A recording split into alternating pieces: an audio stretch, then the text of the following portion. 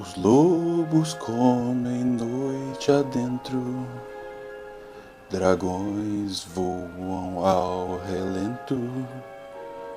Uma alma perdida não dorme jamais, com medo de bruxas e coisas por trás.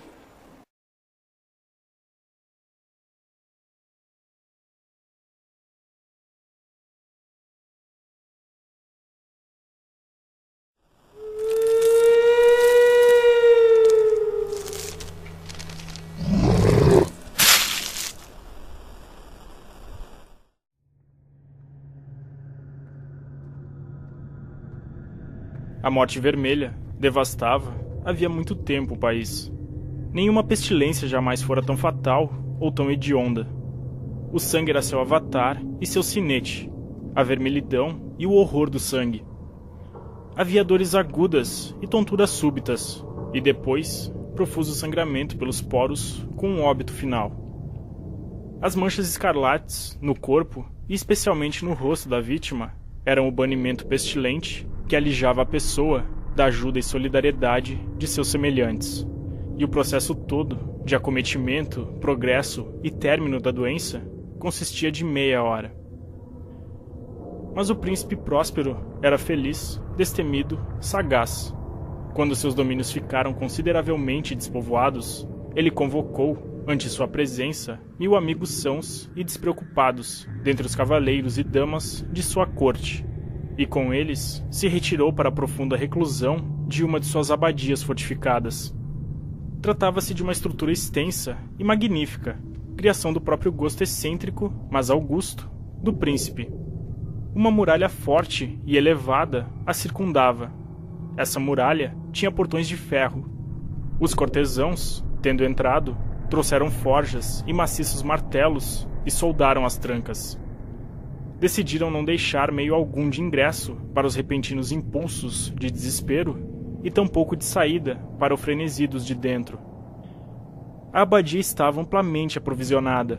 Com tais precauções, os cortesãos podiam, assim, desafiar o contágio, o mundo exterior que tomasse conta de si mesmo. Nesse meio tempo, era tolice angustiar-se ou pensar. O príncipe providenciara todos os aparatos para a diversão. Havia bufões, havia improvisadores, havia dançarinos, havia músicos, havia a beleza, havia vinho. Tudo isso, mais a segurança, do lado de dentro. Lá fora, a morte vermelha.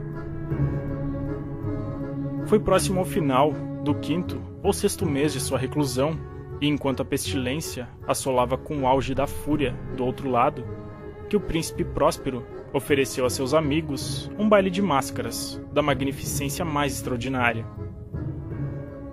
Foi uma cena voluptuosa, mas, primeiro, que me seja permitido contar sobre os salões onde ela teve lugar. Havia 7 deles, um conjunto majestoso.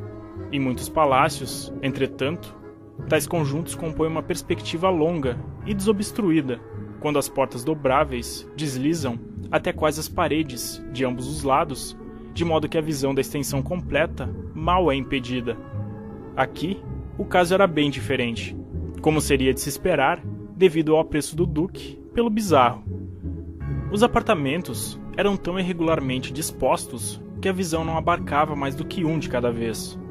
Havia uma curva abrupta a cada 20 ou 30 metros, e a cada curva uma sensação de novidade. À direita e à esquerda, no meio de cada parede, uma janela gótica alta e estreita dava para um corredor fechado que percorria os meandros do conjunto. Essas janelas possuíam vitrais, cuja cor variava, de acordo com a tonalidade predominante na decoração do ambiente para o qual abria.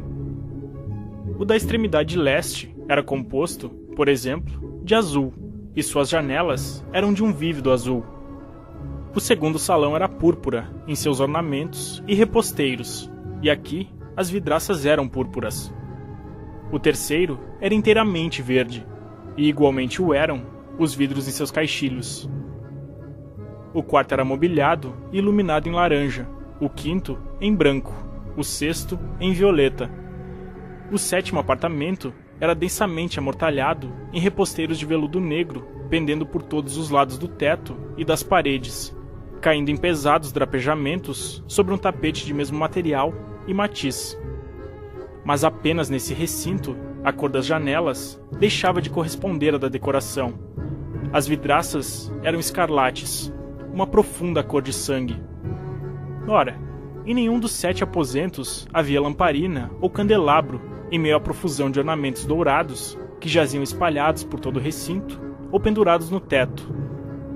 Não havia luz de espécie alguma emanando de lamparina ou de vela dentro do conjunto de salões. Mas nos corredores que atravessavam o conjunto ficava, diante de cada janela, um pesado tripé, portando um braseiro incandescente que projetava seus raios através do vidro colorido e, desse modo, iluminava intensamente o ambiente. E assim se produzia uma variedade de fenômenos extravagantes e fantásticos. Mas no aposento oeste, ou salão negro, o efeito da luz do fogo, que vertia sobre os reposteiros escuros, através das vidraças tintas de sangue, era macabro ao extremo, e produzia uma expressão tão selvagem nos semblantes dos que ali estavam, que poucos, dentre os convidados, eram suficientemente ousados para até mesmo pisar ali dentro. Havia, nesse aposento, ainda, encostado na parede oeste, um gigantesco relógio de ébano. Seu pêndulo oscilava, de um lado para o outro, com um ruído surdo, pesado, monótono. E quando o ponteiro dos minutos completava seu percurso diante do mostrador e soava a hora, dos bronzeados pulmões do relógio brotava um som, distinto, alto, profundo, extraordinariamente musical, mas vibrando com nota e ênfase tão peculiares que, ao lapso de cada hora, os músicos da orquestra eram obrigados a fazer uma pausa momentânea em sua apresentação para escutar o som, e desse modo, os valsistas, forçosamente, interrompiam suas evoluções, e um breve desconcerto tomava conta de toda a alegre comitiva. E enquanto o carrilhão do relógio ainda soava, observava-se que os mais agitados iam ficando pálidos, e os mais idosos e entorpecidos passavam a mão na testa, como que em confuso devaneio ou meditação. Mas quando os ecos cessavam por completo, risadas despreocupadas percorriam na mesma hora a multidão. Os músicos se entreolhavam e sorriam, como que de seu próprio nervosismo e tolice, e prometiam uns aos outros, sussurrando, que os próximos repiques do relógio não produziriam neles semelhante emoção. E então, transcorrido o intervalo de 60 minutos, que compreende 3.600 segundos do tempo que voa, seguia-se outro repique do relógio, e então o mesmo desconcerto, tremores e meditação de antes. Mas, a despeito dessas coisas, era uma festa alegre e magnífica. Os gostos do duque eram peculiares. Ele era dono de um olho aguçado para cores e efeitos. Desprezava os decora de mera moda. Seus projetos eram ousados e apaixonados, e suas concepções brilhavam com um esplendor bárbaro. A esses que o teriam julgado louco. Seus admiradores não pensavam assim. Era necessário ouvi-lo, vê-lo, tocá-lo, para ter certeza de que não o era. Fora ele que escolhera, em sua maioria, os adornos dos 7 salões, por ocasião de sua grande fête, e fora a orientação de seu próprio gosto que determinara a caracterização dos mascarados. Sem dúvida, eram grotescos. Havia muito brilho, esplendor, coisas chamativas e espectrais. Muito do que se tem visto desde o Hernani. Havia figuras arabescas vestindo peças incongruentes. Havia extravagâncias delirantes, como as concebem os loucos. Havia beleza em excesso, luxúria em excesso, bizarro em excesso, um quê de terrível, e não pouco do que poderia ter suscitado aversão. Esgueirando-se aqui e ali pelos 7 salões, o que se via, de fato, era uma multidão de sonhos. E esses, os sonhos, se contorciam por toda parte, assumindo o matiz dos aposentos e fazendo a frenética música da orquestra parecer um eco de seus passos. E logo badala o relógio de ébano no salão de veludo. E então, por um momento, tudo é quietude e tudo é silêncio, salvo a voz do relógio. Os sonhos estacam em rígida imobilidade, mas os ecos do carrilhão se desvanecem, não duraram mais que um instante, e a risada despreocupada, meio contida, flutua através deles conforme se vão. E agora, mais uma vez a música se eleva e os sonhos revivem e se contorcem de um lado a outro com mais alegria que nunca, assumindo o matiz dos inúmeros vitrais através dos quais vertem os raios dos tripés. Mas, no salão, que fica mais a oeste do set, nenhum dentre os mascarados se aventura, pois a noite se extingue lentamente e lá flui a luz mais rubra através das vidraças tintas de sangue, e o negror dos cortinados cor de sablé horroriza, e aquele cujo pé pousa no tapete cor de sablé chega do relógio de ébano próximo a um dobrê abafado, mais solenemente enfático do que qualquer um que alcança os ouvidos deles que se comprazem na alegria dos demais aposentos. Mas esses outros aposentos estavam densamente abarrotados, e neles bate febrilmente o coração da vida. E a festa prosseguiu rodopiando, até que enfim começou a soar a meia-noite no relógio. E então a música cessou, como que a um comando, e as revoluções dos valsistas se aquietaram. E seguiu-se uma inquietante cessação de todas as coisas, como antes. Mas, agora, havia 12 badaladas a soar no sino do relógio. E desse modo, aconteceu, talvez, que mais pensamentos se insinuaram, com mais tempo, nas meditações dos pensativos dentre aqueles que festejavam.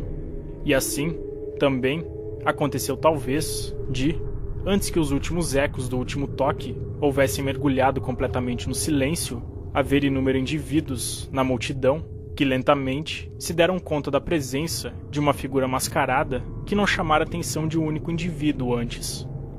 E tendo o rumor dessa nova presença se disseminado aos sussurros pelos salões, surgiu em toda a comitiva um burburinho, ou murmúrio, expressando desaprovação e surpresa, e depois, finalmente, terror, horror e aversão.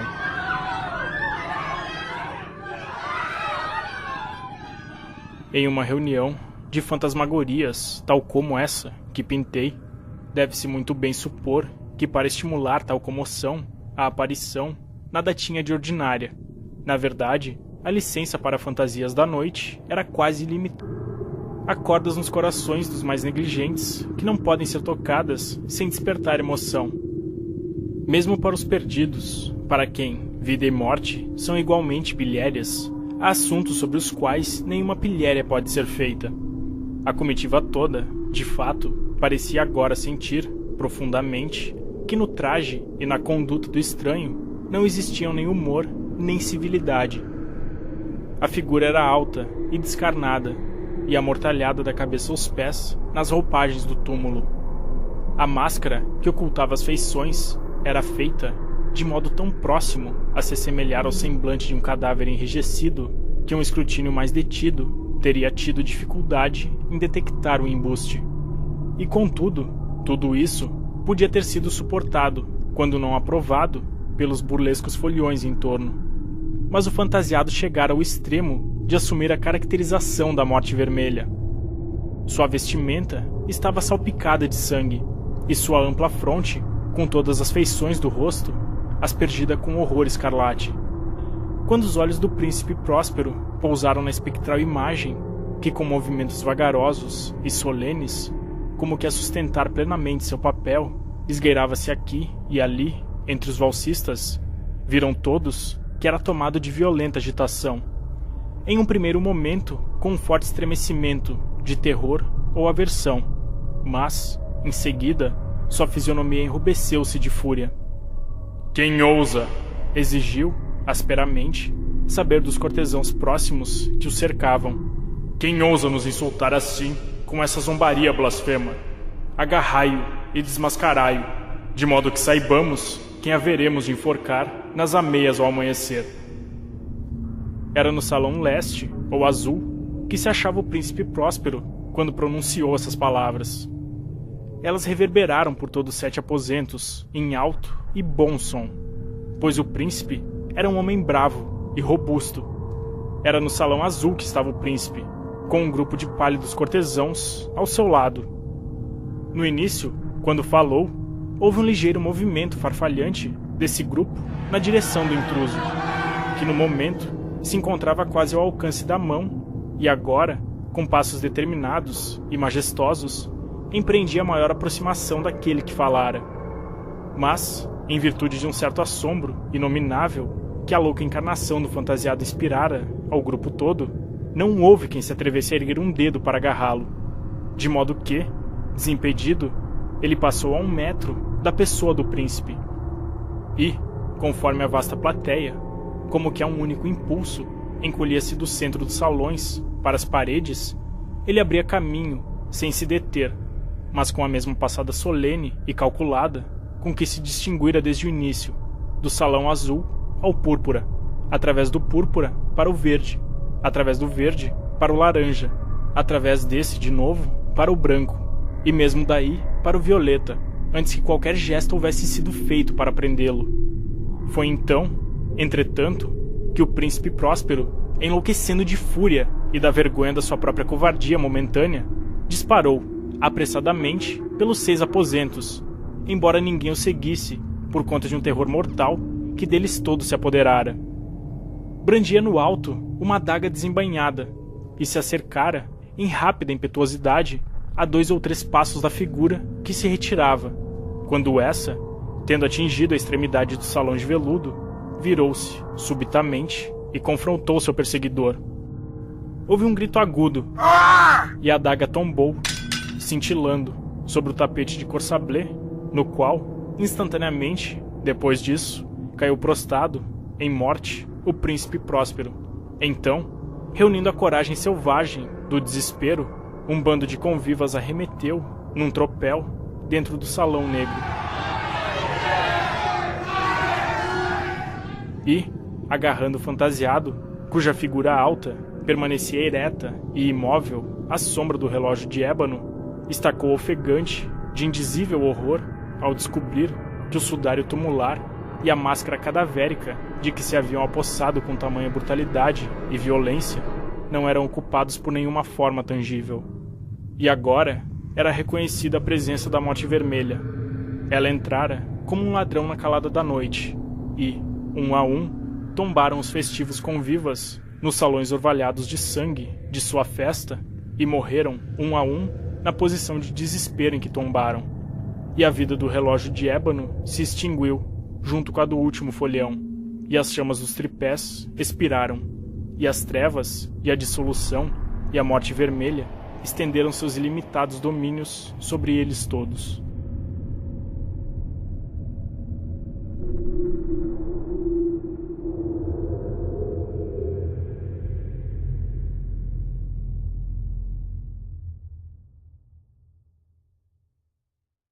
I am the lucid dream, the monster in your nightmares, the fiend of a thousand faces. Cower before my true form! Bow down